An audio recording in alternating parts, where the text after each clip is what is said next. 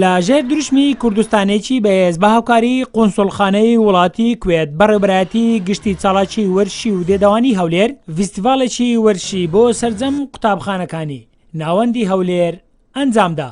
ئێمە وەکو چالاکی وەرشی و دێداوانی پەروەردەی ناوەندی هەولێر هەڵسان بە ئەنجامدانی فیستیڤالی وەرزشی گۆڕپان و مەیدان بۆ سەرجەم قوتابخانەکانی سنووری پەروەردەکەمان کە زیاتر لە 350 قوتابخانە لە خۆی دەگرێت بە هەموو قۆناغەکانی بنەڕەتی و ئامادەی کوڕان و کچان من قەرار نادەم بەس بەو لەبەرەوەی چەند ساڵێک پێش ئێستا کردمان دەتوان بڵێم ئەو ساڵ 180 سەرکەوتوو بووینە. وەزیری پەروەردەی حکوومەتی هەرێمی کوردستان دەستپێکی فیستیڤاڵەکەی ڕاگەیاند.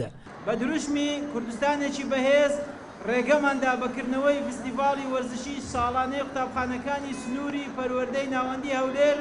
دواتر قوتابخانەکان یەک بە دوای یەک نمایشی خۆیان دەکرد بە تراکی یاریگا دەسوڕانەوە و دواتر پێشبرچەی گۆڕەپان و مەیدان لە نێوان قوتابخانەکان دەستی پێکرد و دوای ڕکابەریکردن لە نێوان قوتابیەکاندا ئەنجامی کۆتایی فیستیڤاڵەکە بەم شێوەیە بوو. لە سەر ئاستی بنەڕەتیدا لە ئاستی کوڕاندا قوتابخانەی شیاو پلەی یەکەمی بەدەستێنا و قوتابخانەی سەربەستیش بووە خاوەنی پلەی